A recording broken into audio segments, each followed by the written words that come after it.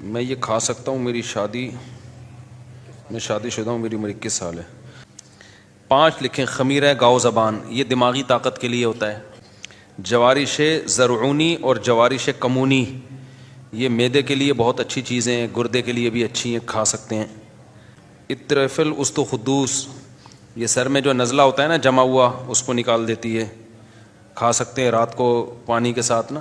ابھی تھوڑا سا حکمت مجھے بھی آتی ہے تو پوچھ ہی لیا تو بتا دیتا ہوں۔ یہ جو ہے نا خمیرہ گاؤ زبان، یہ رات کو کبھی نہ کھائیں، یہ ہمیشہ صبح ناشتے کے بعد آدھا چمچہ یا 1 چمچہ جو بھی اس پہ ڈبے پہ لکھا ہوا ہو نا اس سے کھا لیا۔ اس سے دماغ کی کیا ہوتی ہے، یہ بہت یعنی آرگینک چیز ہے دماغی طاقت کے لیے۔ یہ شرعی سوال پوچھا کرو لیکن اتفاق سے آگے ہے تو بتا رہا ہوں اب میں۔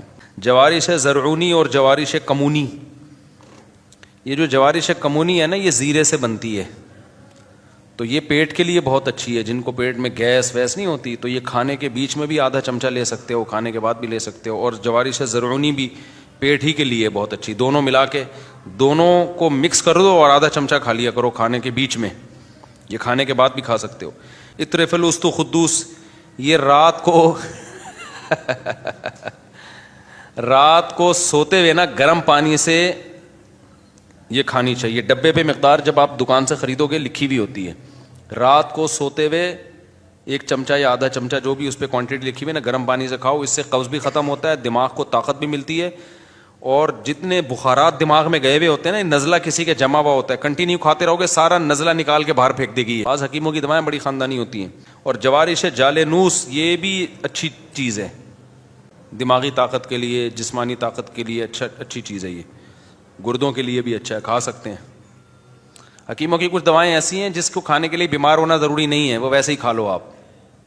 تو وہ لوگ پہلے تو ہمارے باپ دادے یہ سب چیزیں پہلے بہت لوگ کھایا کرتے تھے، اب اس پہ آ گئے ہیں، ٹیبلٹس پہ آ گئے ہیں۔ Tablets are walking in president, صدر میں گولیاں چل رہی ہیں نا، کس نے کہا tablets are walking in president,